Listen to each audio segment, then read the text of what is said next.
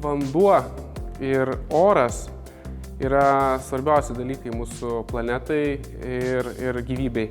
2030 metais vandens pasaulyje bus deficitas, mes turėsime apie 40% pasiūlą mažesnį už paklausą. Tai vandens ištekliai yra riboti ir jie neatsinaujina taip greitai, koks yra poreikis. Tai mūsų produktas, jisai apskaito vandenį, jisai skaičiuoja kiekvieną lašą, jisai siunčia duomenis apie vartotojo elgseną. Mūsų klientai perka produktą todėl, kad jo negali apgauti. Jis neturi mechaninių dalių, jis skaičiuoja ultragarso pagalbą ir taip siunčia duomenis apie visą istoriją. Todėl paprastai mūsų klientai teigia, kad apie 10% sutaupo vandens, jie pamato, kur išbėga vanduo.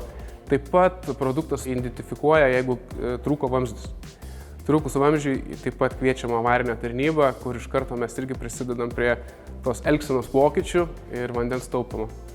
Mes plečiam savo pardavimus, tai praeitais metais mūsų rezultatas augimo prasme finansinis kiekinis yra 125%, tai yra didžiulis kiekis. Mes keičiam vartotojų įpročius visam pasaulyje ir taip prisidedam prie vandens taupimo ateities kartom. Įsivaizduokit mobilų telefoną, kurį įkrovėt vieną kartą ir 16 metų nereikia krauti. Tai iš ties įspūdingi skaičiai, nes produkte taip pat yra kortelė, siunčiam duomenis apie vartotoją ir mobiliajam tinkle. Produktas yra sudėtingas ir pagaminti yra iš ties sudėtinga ir visa komanda dirba prie to, kad tas produktas padėtų taupyti vandenį. Šiuo metu naujam fabrike turim jau 3 linijas, kurių ciklas yra 15 sekundžių. Tai kas 5 sekundės mes pagaminam po skaitiklį. Tai per tiek laiko paprastai išgeriam vandens stiklinę, o čia pagaminom produktą, kuris tarnauja 16 metų.